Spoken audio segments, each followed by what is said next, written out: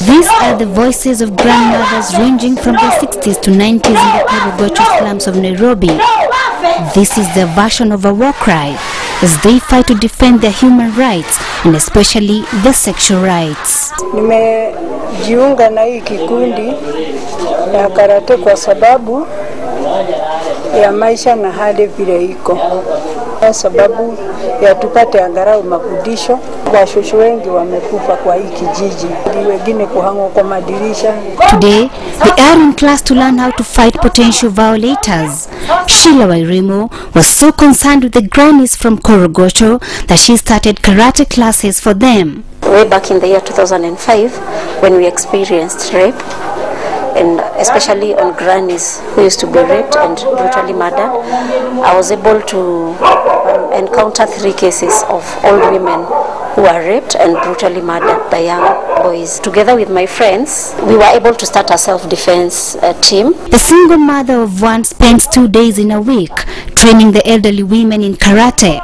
Her classes are free, despite the fact she herself struggles for money by selling coffee. On average, she makes about $2 a day, hardly enough to sustain her family. I sell coffee, black coffee, very early in the morning at the apartment that I live. Sometimes I do go to schools, upmarket schools. We ask for paid classes. When we get this small amount, we are able to buy flour for the grannies. The hall we are using right now, where we're standing, we pay 1,000 in a month.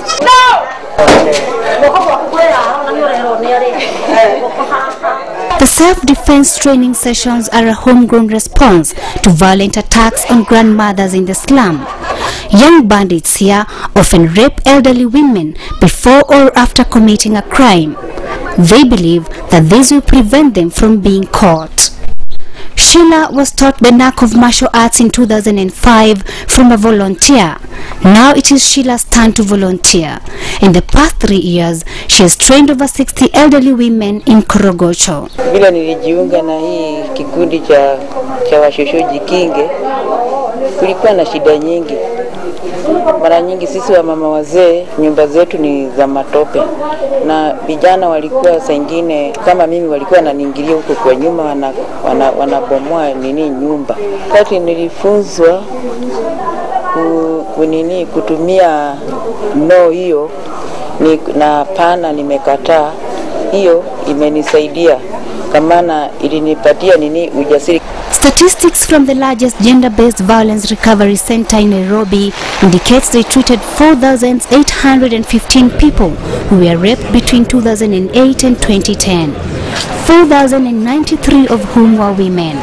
But this is just a fraction of the total cases reported nationally, as many cases go unreported. Since inception, that is in 2001, we've been able to serve over 15,300 survivors of gender-based violence. When I say gender-based violence, I'm talking about both domestic violence and sexual violence. Of course, sexual violence is the highest. 90% of those cases are of sexual violence. 49% of them are women. 45% are children. And around 6% are men. We do have cases of elderly women, like probably to mention, our oldest client has been a 105-year-old woman. Just last week we had an 80-year-old woman who had been gang raped by 10 men.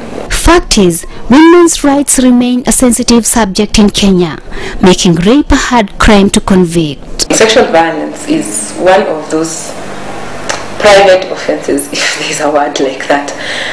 First, for people to discuss about their sexual or reproductive organs, it's an African. Our gender desks at the police stations are there's still a lot to be done.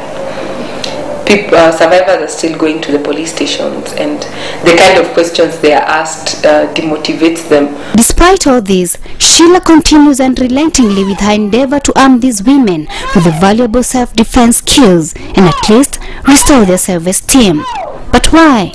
My heart goes for the grannies because of what they were going through, and seeing that they are, because of age, they are old and frail. No one is able to stand and, fight for them. Sheila, however, envisages a future free of rape cases, not only here in Korogocho, but in other parts of the country where she intends to start similar classes and continue with her efforts to empower more elderly women to defend themselves against violators.